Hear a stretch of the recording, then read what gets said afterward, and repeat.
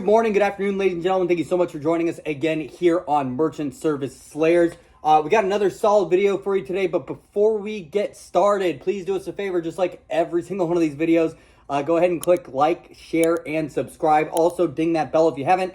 That way you get notified every single time that we come out with new content out there for you, ladies and gents and slayers. Okay, guys, so let's get this party started. First off, what I want to talk about, this is kind of like for new agents that are jumping into this industry, or if you're just an agent that's jumping into a new company, it's going to be making sure that you dive into the company culture. Well, what do I mean by that? What I mean about diving into the company culture is kind of following like everything that the company has to say, right? Now, I'm going to preface this real quick with make sure you do your due diligence on who you're boarding with. Make sure you do your due diligence on who you're working with. But once you execute, once you make that decision to go with this company because you believe that this is the right company, then there's two things that you really got to work on, okay? One of them is following a company's structure, and I'm going to tell you guys about how important this is here in a second. The other one is why drinking the Kool-Aid with the organization is so important, okay? If you do these two things, okay, you do these two things regardless of the company, as long as they're a good company, you have faith in them, obviously, right? You will find success in this industry, okay? So let's talk about why following a company structure is important. I'm going to kind of relate this over to GoFreePay. That's our credit and debit card processing company that we own. We're going to maybe be changing the name soon. I don't personally like the name, but it's our brand that we have out there. But basically, the reason why it's so important to follow a company structure is because the individuals that created that organization, they found success with that structure, right?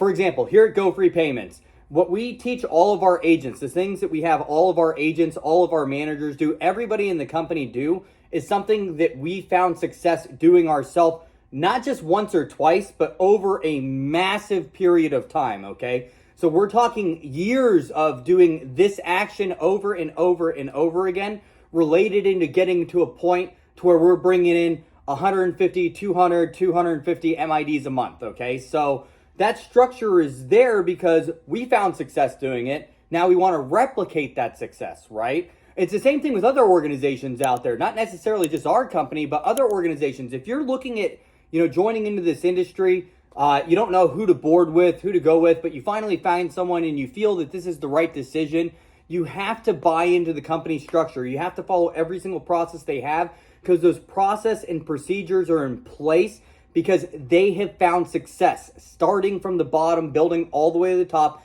They have found success doing these things, okay?